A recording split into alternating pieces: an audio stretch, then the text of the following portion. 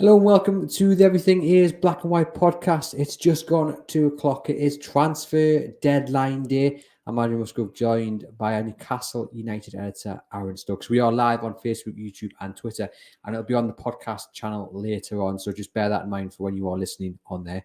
Drop us a like on the good old podcast channel and a subscription on the YouTube channel, please, and leave us a rating and review if you get the chance. As we said there, transfer deadline day. And of course, the little matter of the second leg of the EFL Cup semi-final against Southampton, which we will touch on towards the end of the show. But we know people watching, people listening, they want to know all about transfers. Aaron, what is the latest with Newcastle United? We expect John Joe Shelvey to be announced imminently at Nottingham Forest, which leaves Newcastle United desperately short. I think in my view, I think in your view, most people watching this desperately short in midfield. Will they find a replacement for John Joe Shelvey before the deadline? It's looking more and more unlikely. I think, we're 8-9 hours away from the deadline as we're speaking. At the moment, it doesn't look like they're going to be able to get anyone over the line. I mean, these things can move very quickly, and because Newcastle are looking more for a loan than a transfer, you never know if someone's going to pop up late. But all the targets that they've been trying to get a deal done for in the last couple of days seem to have fallen flat. The likes of Sander Berge, the likes of Conor Gallagher. So they are at this moment in time very, very short in the centre of midfield. You mentioned there Sander Berge. It's believed that Newcastle would like to go for a loan first and then look at maybe signing him permanently in the summer. Sheffield United don't want to do that. It seems Fulham have or at least on the same page in terms of wanting a permanent transfer. Whether the fees being agreed is still remains to be seen. But why are Newcastle taking that approach, do you think? Because you look at the squad list, and I don't think it's no surprise to anyone that they are already short before Shelvey leaves.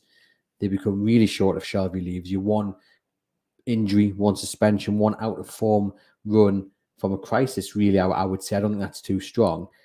Is it now not the time to make a move, or do you think there's something larger at play? They are focusing on the summer, they are focusing on that financial fair play and trying to stick within the restrictions of it? I think they're firmly focused on the summer, and it's been the case all month. That's why they spent most of the month on a watch and brief without really making a move. They've been reactive rather than proactive in the last couple of days, in the sense that Chris Wood left and all of a sudden they went and bought Gordon. Now Shelvey's going and they're back in the market for a midfielder.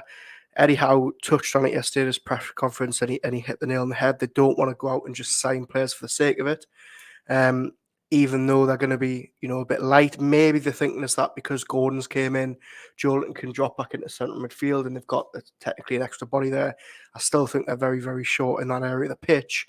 But I think ultimately that, they know the summer is going to be a huge overhaul. They've spent 200 million in the last 12 months. There was always going to be a quieter month this month, and they are now, we're at panic stations now, and I think they're trying their best not to panic, when they think they might be able to get away with it. Ross says, what about Conor Gallagher? Do you think we will get him? Now, we know Newcastle have had a long-standing interest in Conor Gallagher. They've watched him. They clearly like him. He impressed on loan at Crystal Palace. And Newcastle were also trying to get him last January. He chose to go to Palace, it's widely believed. This time around, reports suggest Newcastle like him again this January. He has rejected a possibility of a move to Everton, and if he is to leave Chelsea, he would like it to be Newcastle United. Unfortunately for Newcastle United, they are well ahead of Chelsea in the Premier League table. They are seen as a direct rival, which I think is maybe a bit of a stretch, actually, because Newcastle are so far ahead of Chelsea. But, I can understand that claim. And that's why Chelsea are very unlikely to let Conor Gallagher go to a team who will keep them out of the top four. Yeah, Eddie Howe touched on it in the summer that, the clubs around them in the Premier League were very, very reluctant to help them out in the summer window. And that's just, multiplied tenfold this time around because of how well Newcastle are doing in the league. Conor Gallagher may well leave Chelsea this weekend today because of their squad and how bloated it is, and the fact that they might be going out and getting Enzo Fernandez from Benfica. But it's more likely that he probably joins a team around Everton, Palace, Leicester, one of those teams rather than Newcastle, because Chelsea seemingly aren't willing to do business with Newcastle at this moment in time, which is a shame because on the face of it, that looks like quite a good deal they could do. I think the player would fit in Eddie Howe's style. But as I say, Chelsea are just not in the mood to give them any sort of help in the Premier League. But again, it would appear that if that deal was to happen, it would be a loan with an obligation potentially to buy in the summer. The interesting thing is that the perception of Newcastle United outside of Tyneside is the richest club in the world. You've got Chelsea spending like there's no tomorrow. And what you have is Newcastle in a really strong position here. You know, you go out and you spend X amount of money on one or two players, you could really strengthen your squad and pretty much secure top four. Some might say if you don't do that in the remaining hours, you're gambling a bit, you're rolling the dice. But others might say, well, it's a sensible approach, you know, because Newcastle aren't going to go out and spend all this money this January and risk what they can spend in the summer. They have a plan. Yes, they might move it forward in terms of when they go and get the players, but largely spending like there's no tomorrow isn't part of that plan. No, definitely. And as I touched on this month, they're in quite a luxurious position in the sense that they're third in the table. This current crop of players has got them there. It's potentially got them to a League Cup final if they get through tonight. There isn't really that need to say, right, we definitely need to go out and strengthen like there was when Wood left. How I think they thinks they can probably get away with it if you can keep Anderson fit, if you maybe move someone like Richie into centre. I mean, I don't know, but clearly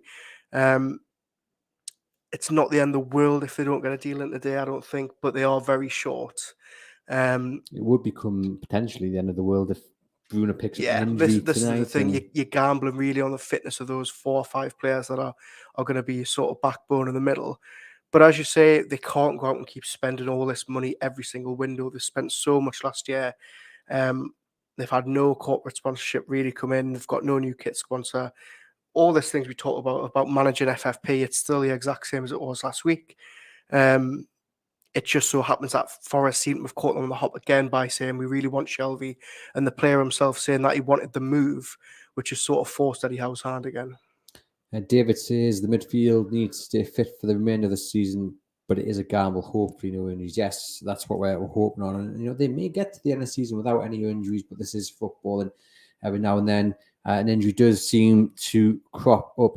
One man who has signed is the man you can see behind me if you're watching live, Harrison Ashby from West Ham.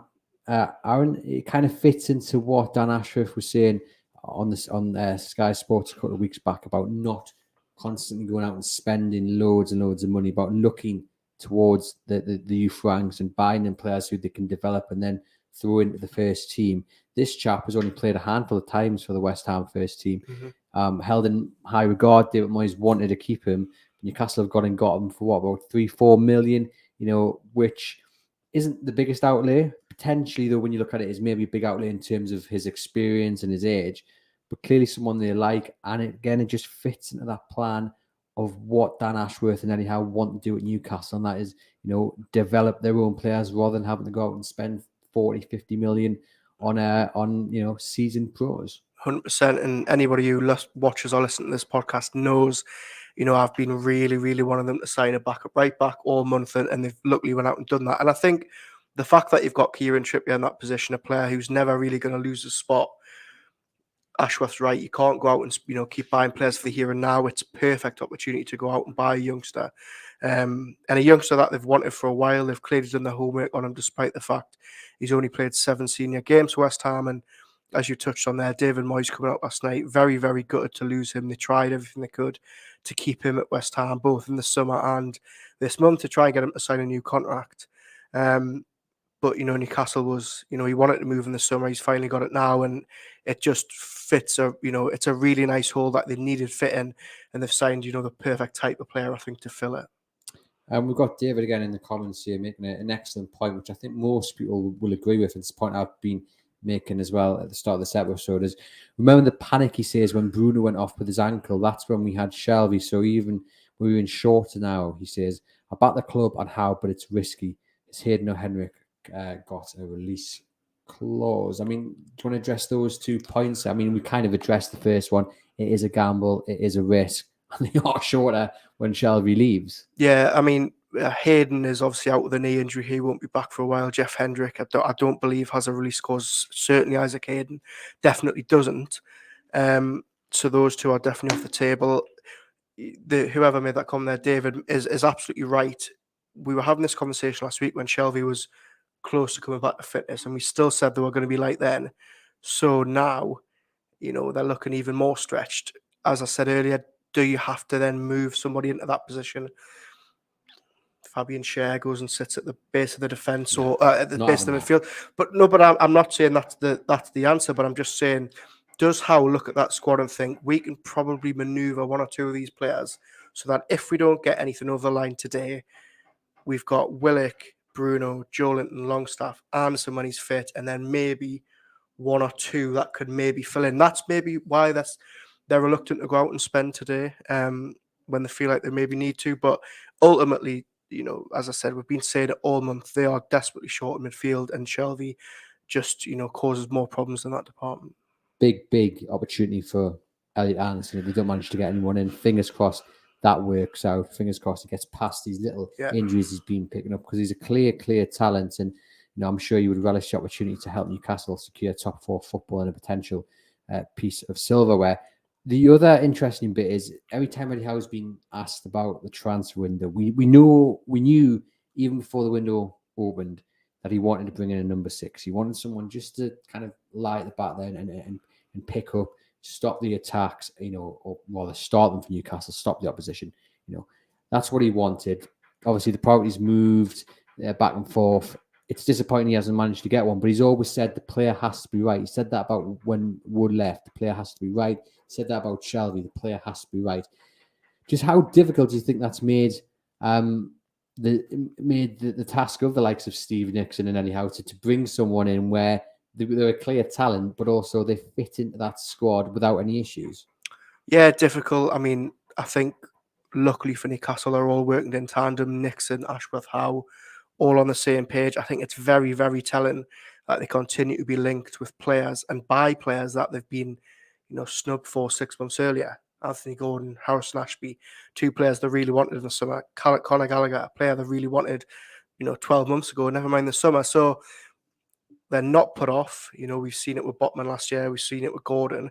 We might well see it with someone like James Maddison in the summer, where they just think now's the time to strike. Leicester obviously don't want to let the player go in January. He's going to probably cost a pretty penny with only a year left on his deal. So it is hard probably for Nixon to find not only the talented players but the right character. But they've hit the jackpot so far. Every single player that's came in has bought into the ethos, worked hard, completely believes in Eddie Howe. Harrison Ashby's interview today was brilliant. And if anybody hasn't watched it, I would recommend it. And he said the reason he wants to join Newcastle, despite being an East End lad and coming from London, is he's seen what Eddie Howe can do with Kraft and Joelinton and players, and he thinks he can take players from here up to another level, and he wants to do that. So everyone that they've bought so far has bought into it, and I think you've got to have total faith in the scouting team for the players they've been finding. David's got a hat trick of comments here. I don't think that's happened before. Where I put 3 comments from the same person in a row. Are the black and white shirts done on purpose? I'm going to argue that's a little bit navy, isn't it? I think the quality of our webcam in this studio is quite poor. So really, it's navy blue and white. But maybe next episode, we'll have to go black and white. I think we're quite fetching, don't we? I mean, I think the other thing as well, what's refreshing is that the transfer team know exactly what they're looking for. Everyone's on the same page. Whereas under Mike Ashley, everyone was kind of pulling in different directions. You look back at when Rafa Benitez, you obviously wanted workhorses, you wanted what have you, but that didn't really fit into what Mike Ashley wanted. So I think that's really refreshing. That I think, if they don't get anyone else in, it'll be kind of a group decision. This person isn't right, that person isn't right. We'll go back in the summer, and that's key because they're building for the future. I mean, David as well. We'll give him the 4th. He's got 4 in this podcast. Here we go. There are other people watching, by the way, and if you are watching, get into the comments. David says other clubs don't want to do business with us either. That's another issue, and that goes back to the Conor Gallagher interest, doesn't it? I mean, Newcastle are in such a position now that teams just don't want to lend their players to them or sell them unless it's for a massive premium. And you can, from other teams' perspective, totally understand why. I think if the shoe was on the other foot, if the likes of Manchester City came in and wanted to do business for Bruno or Botman, it's totally understandable that Newcastle United fans would be very disappointed in it. Gone are the days when Newcastle could probably pinch a Liverpool or Manchester United player on loan when they needed to.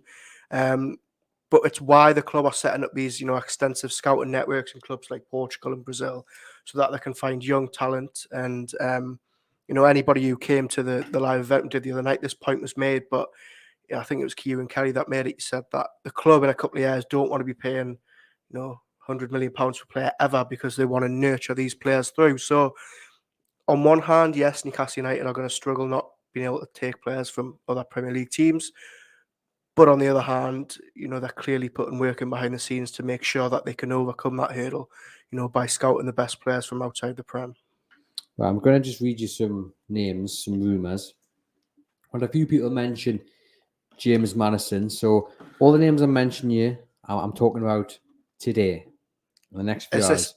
Are they going to sign them today, or have the interest? So James Maddison. Not today. Not today. The Sun have linked Newcastle with Calvin Phillips, but when it's our Man City, you're not going to let him go. I mean, that would fit, I think, the profile. Yeah. But I don't think he's that fit. He's still recovering from that injury. And I don't think Man City are going to let him go. Now, Jack Harrison's quite an interesting one. There's, again, previous interest in him. Could you see Newcastle making a late move for him? He's been linked with a move to Leicester City in the remaining hours, which then gets everyone excited about James Maddison. I don't think the two are necessarily linked. Of course, they've letting Iosi Perez go. I don't know if he's left yet, has he? He hasn't at the moment, but I think he is, on the cusp of going. He certainly was last week. Not Iosi Perez? No, not for me. I'm joking. Jack Harrison, though? Harrison's an interesting one, because obviously it looks like Leicester are really pushing to sign him today, which feels like quite a weird move. I always thought Harrison would, take that step up after how well he's been playing for Leeds. I don't think Newcastle United will go for him today purely because of the position that he's in. I think long term he would have been a very good addition if they'd been able to get him in the summer. But I couldn't see that one happening today. It'd be a big, big price tag, I would imagine, as well. And after that, I'm not really sure there's any names, because we don't want to just list players for listing's sake. We're trying to bring you guys in live analysis and reaction to real potential signings. We're not just going to list anyone just for the sake of it. And I think outside that pool we've just mentioned there, the ones that we know Newcastle have looked at previously or even this month, there's not really anyone that stands out.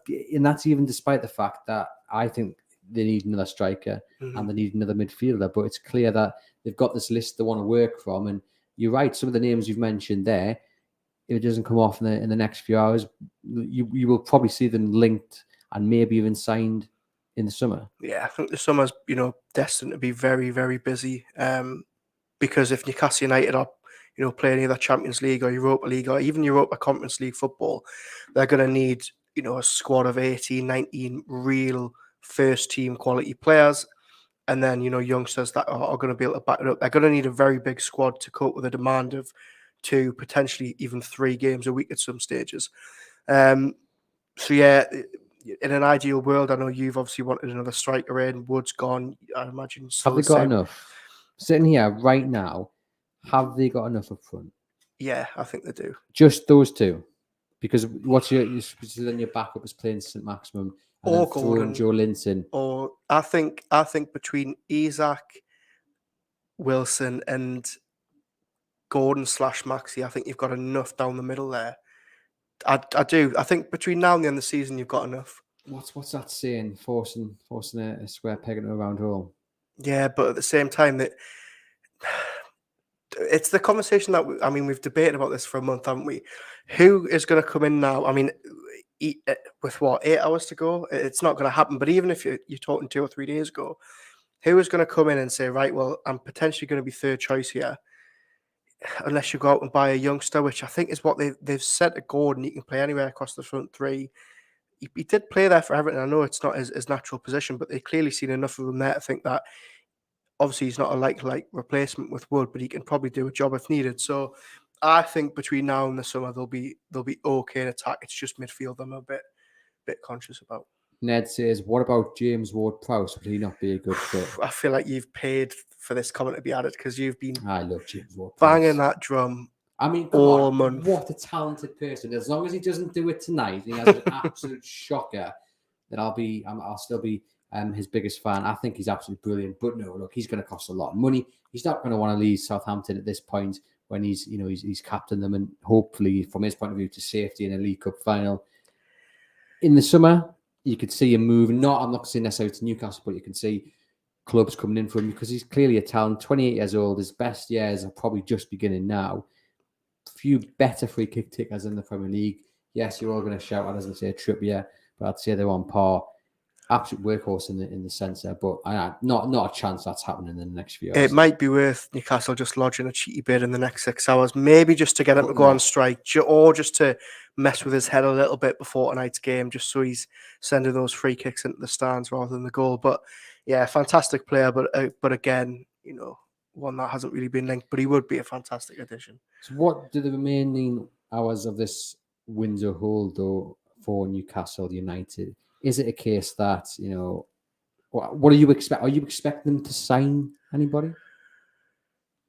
I mean, I'm opening myself up to some abuse here later on, but at this moment in time, I'm leaning towards the fact this is it for incomings. Are they trying, do you believe? Yeah, 100%. I mean, they've had inquiries in. We know the last couple of days they've been on Gallagher and Berger. We know that behind the scenes they've had this small group of players, and I've even seen this morning the likes of Oliver Skip and Douglas Luiz linked. As to whether there's any truth in that, I'm not too sure. But those are the type of players that would fit the profile. You could get them in on loan. They're not expendable to their clubs. So I think they're trying, but I just think, have they left it a little bit too late? Shelvey's exit has really scuppered things in the sense that if Shelvey had stayed, we probably wouldn't be having this conversation about there being light. There would still maybe be a bit short, but you'd have a lot more faith that they'll have enough bodies in. So I think from now till the deadline, 2 or 3 exits, 1 arrival at a push. But at the moment, I'm struggling to see who that would be. Yeah. You look around, obviously Chelsea have strengthened, Liverpool have brought in a couple, Arsenal they're about to sign Jorginho. Do you see what the teams around them have done? Spurs have gone and bought Danjuma. Do you see those teams around Newcastle have they strengthened well enough to stop Newcastle's assault on the top 4? No, I wouldn't imagine so. I think Danjuma, very good player. I'm sure a lot of people watching and listening to this would have fancied him at Newcastle, given how he's worked with Howe in the past. But I don't think you really look at any of those teams and think they've done enough across the last month to derail Newcastle. And I think at the same time, I don't look at this Newcastle window and think, right, they haven't done enough to guarantee them European football this year. I think Isak coming back is going to be a huge boost. Gordon's arrival gives them, added depth in a position they really needed it. Competition for Maxi, I think the only thing you look at is if they can just get one more body over the line in midfield, it would just give you a little bit more peace of mind. But I don't think, looking at the other teams, Newcastle should be worried about their business. If you could have your pick of anybody, and fees, not an issue, wages, they want to come, a realistic pick, I'm assuming it'll be between Gallagher and Berge. Who would you be picking? Probably Conor Gallagher. I think he's more versatile. I think he offers, a lot more. He can play out wide. Been playing quite well for Chelsea this year. Graham Potter clearly likes him. I think he would probably be the pick. But in the summer, if they still haven't signed him, I think all roads point back to James Maddison. I don't think that's going to change anytime soon. It just feels like there's an air of inevitability about him joining the club, given how long it's rumbled on for. So keep the powder dry and then go all out for him in the summer, I think. Of course, boosted by the money they're expected to get in from Chris Wood and from John Joe Shelvey, which all helps in the summer. Yeah, definitely. And look, I think Chris Wood was all set to stay at Newcastle until Forest launched, a very attractive financial offer for him. I think the similar case with Shelvey, also the fact that both players obviously wanted the move, but Newcastle have had to start getting some big wages off the books, and they've done that this month. So yeah, it's not all negative. They have signed the man behind us, Harrison Ashby. So great to see. We want to watch for the future. They have signed Anthony Gordon, who could make his debut against West Ham on Saturday. We'll be thinking the stands tonight. So that'll give them another boost as well. Not that they'll need it. Tonight's going to be absolutely rocking. Are you nervous yet? As the day goes on, I'm starting to get a little bit more shaky. I know I'm not as nervous as you yet, but we see it's sort of forgotten that they've got a semi-final tonight because we've been so focused on who they're bringing in. I mean, yeah. I've gone to bed thinking about it. I've woken up thinking about it. You've been having sleepless nights for 2-3 weeks, haven't you? You've been in the doghouse for how much you've been worrying about it. I just can't. I mean, this is like such a massive opportunity, and we're very privileged to be reporting on tonight's game. But as fans, as a fan, I've got cup fever. I don't necessarily think I like it either. Yeah, I think the closer we get to kick off, the more the nerves will kick in. And I'm just hoping that a nice start of the game, straight out the traps, early goal, settle the nerves a bit. Of course, war flags. They said they've gone back to basics. There's going to be waivers across all the seats. So pick one up if you're there. Make it a proper good spectacle. They're going to have the scarves going. They have the DJ Shack as well, half an hour before kick off. You're looking forward to that? I am. I think it'll be. Hopefully, we'll get the atmosphere bouncing and jumping. See what I did there? Very good. Even more. Let's just quickly then talk about the potential team tonight. Well, first of all, say what we would do, and then we'll say probably in that answer what we think Eddie Howe will do. I think we're in agreement that if it was you and I picking the team, it would be Isak to start. Yeah, 100%. Yeah, Maxi to start. Oh no, not for you. I would take Maxi to start in place of Willock, but you would keep the rest as it is. Yeah, right. What will Eddie Howe do? I think he goes unchanged from last week. Yeah. If we know anything about Eddie Howe, he doesn't change a winning team, and I think it would be a big gamble for him because he doesn't take those risks very often. For him to change it in the second leg of the semi-final that they're 1-0 up in, so I think we'd see Wilson from the start tonight. How easy do you think it is for Eddie Howe to not be distracted by what's happening, in the boardroom regarding transfers? Because it's a bit of a strange one, is it, to have such a momentous occasion happening on the same day as a transfer deadline day, when your team, if they wanted to, could be active and not trying to be active if the right deal comes along. I suspect he's actually very good at that. He'll be quite easy. He'll quite easily just shut it off. Not most managers could do that, though. From every time we've spoken in the last couple of weeks, you get the same answer, and that is, what usually happens is we go into a pre-match press conference on a Friday, and he's asked about transfers, and he says, "Well, I'm focused on the game." Then we go into the post-match press conference after the game. We say, "Right, have you got any update on transfer?" He goes, "Well, I haven't looked at my phone. I've been focused on the game." So he generally does, solely focus on the game. He's got Ashworth and Nixon as a team behind him, focusing on transfers. So I don't think for Howe personally it'll be, too much of a distraction today. So there'll be no phone calls picking up saying, you want him? No? Yeah, we might. If we see him with a phone on the touchline, we might maybe think there's a late deal coming. Lee says, he's actually star for me. He needs game time to show his ability. The game is perfect for him. Roger says, I think unchanged, but he personally would start Isak. And there's quite a few people saying Isak for them would start. Let me just get this final one here. I'd have Max and Isak to start to kill the game from the start and bring Wilson on there, which is my kind of way of thinking about it. But I agree. I don't think Howe will change it. Just finally, outgoings, because there's a lot of players who were linked to outgoings, but I think it's kind of been said, hasn't it, that while Newcastle would maybe be open to letting the likes of Fraser and Matt Ritchie go, there's not necessarily suitors to take them. Yeah, look, at the start of the season, if you'd have given me one name that I thought was going to be leaving Newcastle, I think it was Ryan Fraser, given that he's fit, not match fit, but he's not injured. Sorry, did you say start of the season, start of January? Sorry, start of January, is what I meant. He's fit, he's not injured, he's struggling to get in the match day squad. Eddie Howe doesn't seemingly have an answer when we're asking him questions about him. But yeah, I think any outgoings at the moment, we look like we know what are happening. Caldwell was done. As soon as that full-time whistle goes, barring any surprises or injuries, he will join Hull. George Shelvey has completed his medical at Forest. He's going. Apparently going to be back at the stadium tonight to say his goodbyes, which is a nice touch, I think. Give him the lap of honour, hopefully. And then you may be looking at a couple of under 21 players. I know the likes of Bondswell were being looked at earlier in the week. You know, things have seemed to be going quiet on that, but it does look like, you know, all the outgoings that we know of is what's going to be happening tonight.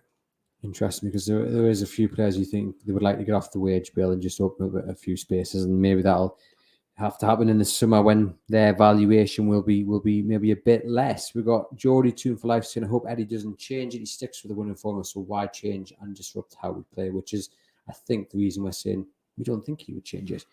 Just finally then, I just want to get your take on Anthony Gordon and his meeting with Kieran Trippier and Fabian Schär. I'm sure you guys have all seen the video on the Newcastle Unite YouTube account where Jason Tyndall introduces Anthony Gordon to Kieran Trippier, makes a light remark about wanting to get the boxing gloves on and finish the, shall we say, disagreement Trippier had with Gordon when Everton faced Newcastle last James's Park. He then introduces him to Fabian Schär, where Jason Tyndall says something along the lines of, he doesn't ever get angry. Fabian Schär then says, well, I was only protecting my players. Anthony Gordon then responds, it's all very light-hearted, and responds, well, hopefully you'll do that for me now. And Fabian Schär, with the most fantastic response, goes, well, you'll have to deserve it first. And I just cannot stop watching. It is a brilliant 5-minute clip. Go and find it if you haven't. But what I took away from that, and it was all, again, I'll repeat, it was all very light-hearted. It was all done in jovial, tongue-in-cheek. But there is an underlying message there, is that this team has this unity that you put on the black and white shirt and you are as one. And it gives a little bit of insight into the kind of player that Eddie Howe and Steve Nixon are looking for when it comes to Newcastle United. That you fight for each other, you fight for the cause, and you have to earn the right to be within that little group. Yeah, definitely. I thought it was, fantastic content seeing Gordon meeting them. I think we were all waiting for that reunion with Trippier, that reunion with Schär, and it obviously didn't disappoint. Typical Fabian Schär, the bodyguard of the team. But yeah, look, fantastic to see. I think it's good to see that they're all, they've all welcomed them seemingly with open arms. I'm sure they will have a good joke about that in the coming weeks. But I think it was very, very good of Gordon as well to say, he acknowledged it and he said that, I probably have to, win the fans over. And he does, in a sense, because I know that opinion has sort of changed since he signed at the start of the window. Everybody was saying, I'm not too sure. Now, the weather's sort of changed and fans are behind him. I think that's largely down to the content. The but no, 100%. I think his first interview really set the tone. He said all the right words.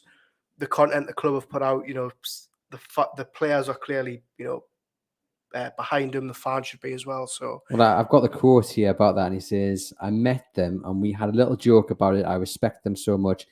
They were fighting for their team. Same with me. Hopefully, we can do that together now. I always give everything for the badge I'm playing for, and I won't apologise for that." And that quote, if you're a Newcastle United fan, you're jumping up and down hearing that, because that is exactly what you want to hear. Not just from a new player, not just because it's brilliant to hear from him, but also because that's exactly what every single member of that squad does right now. And for a new player to be saying that, coming in and actually understand, do you know what? He hasn't actually probably had time to understand it, so he's kind of saying it off his own back, which is actually even better, because he's only been here, a couple of days. There's no way he's understood it in that time. So to be saying that without settling it in, I think I'm over the moon at that. Definitely. And yeah, as I say, he said all the right things in his first interview. I thought it was a very, very mature interview for a 21-year-old. I thought his goodbye statement actually to Everton was really, really respectful, given, obviously the way it ended from there. You just got to hope he can back it up on the pitch now. You've been talking about there how the weather has changed on people's opinions about Anthony Gordon. You know what's coming? Shall I remind you about what you said last week? I'll clarify what I said last week for those who haven't listened to the pod. And I said I don't think he's the man that drags Newcastle United to the top four.